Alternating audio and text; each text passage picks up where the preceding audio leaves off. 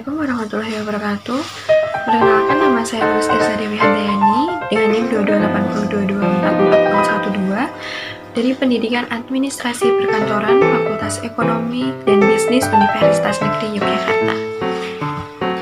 Di sini saya akan menjelaskan mengenai korespondensi bisnis dalam komunikasi bisnis.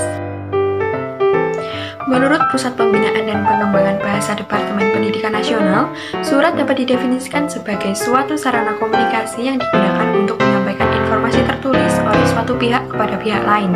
Adapun surat bisnis atau business letter atau surat niaga adalah surat yang digunakan oleh seseorang atau badan yang menyelenggarakan kegiatan bisnis seperti bidang usaha produksi, perusahaan percetakan, farmasi, perusahaan mebel dan tekstil, dan perusahaan-perusahaan yang lainnya.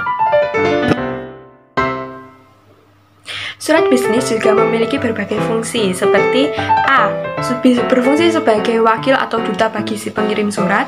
Yang kedua, menyampaikan pemberitahuan, permintaan, atau permohonan. Seperti misalnya pada surat permintaan mengenai informasi produk baru, surat penawaran produk baru, surat pemesanan produk, surat penagihan, surat penerimaan, surat penolakan, dan surat yang lainnya. Yang ketiga, sebagai alat bukti atau dokumen tertulis, misalnya pada surat perjanjian jual beli. Yang keempat, ada alat untuk mengingat, misalnya surat-surat bisnis yang diarsipkan.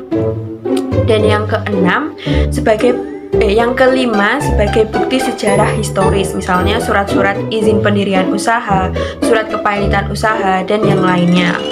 Dan yang keenam, sebagai pedoman kerja, misalnya surat keputusan dan surat perintah instruksi kerja. Dan yang ketujuh, sebagai media promosi bagi si pengirim surat.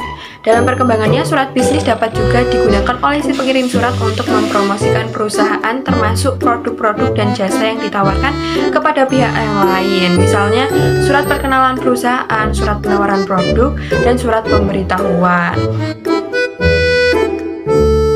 Berikut jenis-jenis surat bisnis. Yang pertama, surat perkenalan.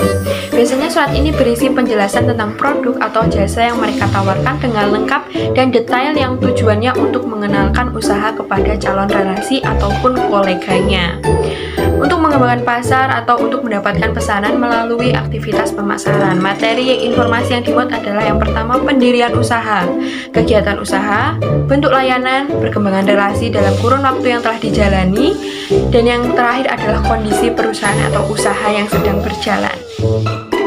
Yang kedua, surat permintaan penawaran. Surat ini dibuat oleh calon pembeli dan ditujukan ke perusahaan penjual. Isi surat ini merupakan permintaan untuk menawarkan produk yang dimiliki oleh perusahaan tersebut, termasuk katalog produk, harga promosi, dan semacamnya.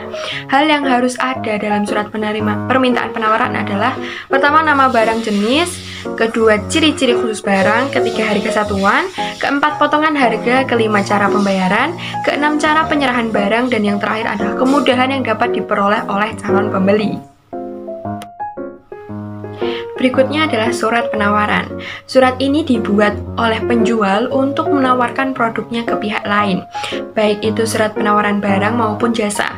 Biasanya surat ini dibuat atas permintaan perusahaan atau untuk menjawab surat permintaan penawaran. Dan yang selanjutnya, surat pesanan. Surat ini dibuat oleh calon pembeli dan ditujukan ke perusahaan penjual yang berisikan tentang informasi produk atau layanan yang akan mereka beli atau pesan.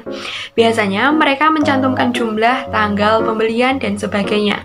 Surat pemesanan atau order letter merupakan salah satu surat bisnis yang lazim dijumpai dalam dunia bisnis, baik pada perusahaan yang bergerak dalam proses pengelolaan atau manufacturing, perdagangan atau trade, maupun jasa atau service. Surat pemesanan adalah surat yang dibuat oleh seseorang, sekelompok orang, atau organisasi untuk melakukan pemesanan barang atau jasa kepada pihak lain guna memenuhi berbagai kebutuhan mereka.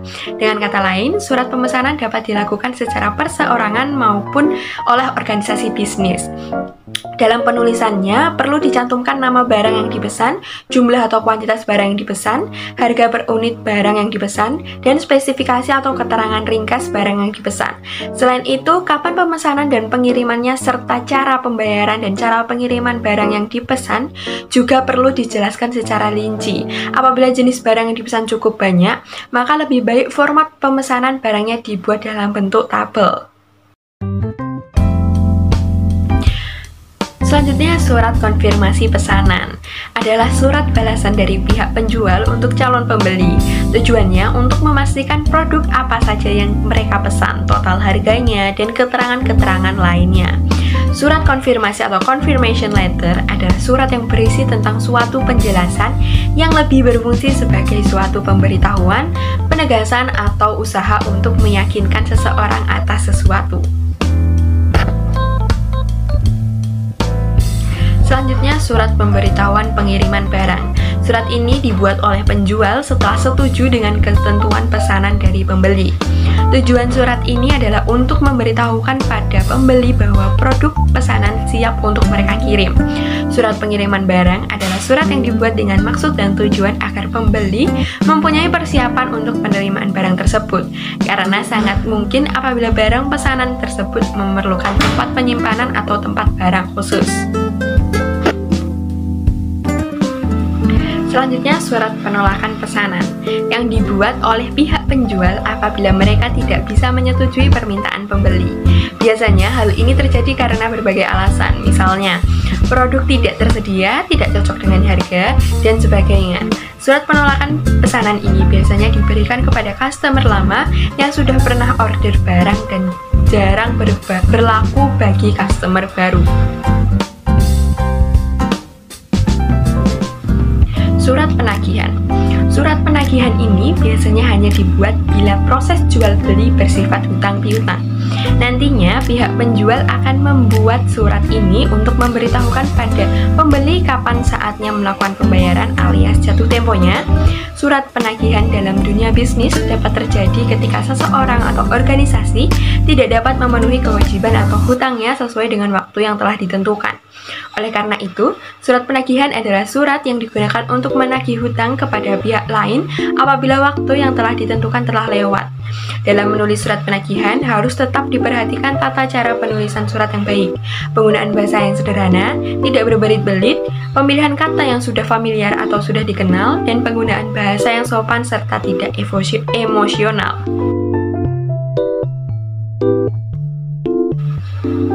Surat pengiriman pembayaran. Surat ini dibuat oleh pembeli setelah menerima produk yang mereka pesan. Selain itu, pada surat ini juga tercantum jumlah uang yang mereka bayarkan, metode pembayaran, hingga bukti pembayaran. Selanjutnya, surat penangguhan pembayaran. Surat penangguhan pembayaran adalah surat yang dibuat oleh pembeli dan sebagai jawaban atas surat tangguhan pihak penjual. Surat ini dibuat oleh pembeli karena tidak bisa membayar tepat waktu atau terdapat kendala yang menyebabkan pembayaran telat untuk dibayarkan. Surat jawaban penangguhan pembayaran. Surat ini biasanya dibuat oleh penjual sebagai bentuk untuk respon dari surat penangguhan pembayaran dari pihak pembeli. Isi surat ini biasanya merupakan persyaratan pembayaran yang baru atau penolakan penangguhan tersebut. Surat pengaduan atau surat komplain. Surat ini biasanya dibuat oleh pembeli karena produk yang diterima bermasalah, baik karena terdapat kerusakan, kecacatan, atau ketidaksesuaian dengan pesanan. Isi surat ini merupakan penjelasan mengenai kondisi barang yang mereka beli tersebut. Surat jawaban pengaduan adalah surat yang merupakan respon dari pengaduan pembeli sebelumnya. Isinya merupakan permintaan maaf dari penjual, tawaran pergantian barang, atau solusi untuk dapat mengatasi masalah tersebut. Korespondensi bahasa Indonesia terdapat 7 bentuk surat, antara lain yang pertama korespondensi resmi Indonesia Lama atau official style. Bentuk official style atau surat resmi kerap kali digunakan oleh lembaga birokrasi sebagai penyusunan surat dinas. Kedua, bentuk resmi Indonesia Baru atau new official style. Bentuk resmi Indonesia Lama dan Baru, penempatan alamat tujuan dan isi surat ditulis di bawah huruf pertama, nomor, lampiran, dan hal. Penulisan salam penutup, nama jabatan, tanda tangan, nama penanda tangan, dan NIP dimulai dari tengah kertas. Ketiga, bentuk lurus penuh atau full block style. Huruf balok penuh adalah huruf yang benar-benar lurus dengan format penulisan rata kanan dan rata kiri. Namun, jangan salah, full block style ini merupakan bentuk tulisan surat yang biasa digunakan oleh kebanyakan orang untuk menulis surat, karena menulis dalam bentuk full block style lebih mudah dan rapi. Keempat, bentuk lurus atau block style. Bentuk lain dari penulisan surat adalah gaya lurus atau block style. Seperti gaya full block style, hanya saja ada beberapa hal yang membuat huruf ini berbeda dari gaya full block style, di mana letak perbedaannya ada pada lokasi tanggal, nama instansi, jabatan, dan salam penutup yang berada di kanan atas. Kelima, bentuk setengah lurus atau semi block style.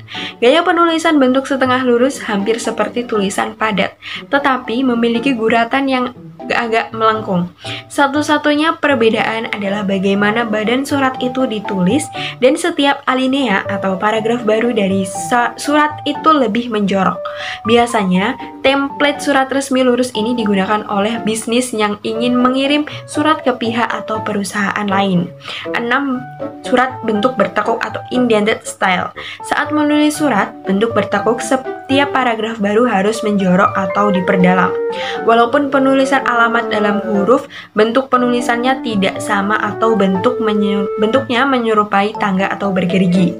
Tulisan tanggal, tahun, tempat, nama, dan jabatan pengirim serta salam di bawah sebelah kanan. Yang terakhir, bentuk paragraf menggantung atau hanging paragraph style. Bentuk penulisan ini memiliki gaya penulisan sama seperti bentuk surat lurus.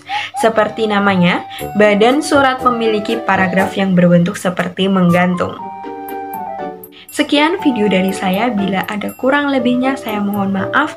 Semoga video saya ini dapat membantu khalayak lain untuk bisa mengenal lebih jauh mengenai korespondensi bisnis dalam komunikasi bisnis. Wassalamualaikum warahmatullahi wabarakatuh.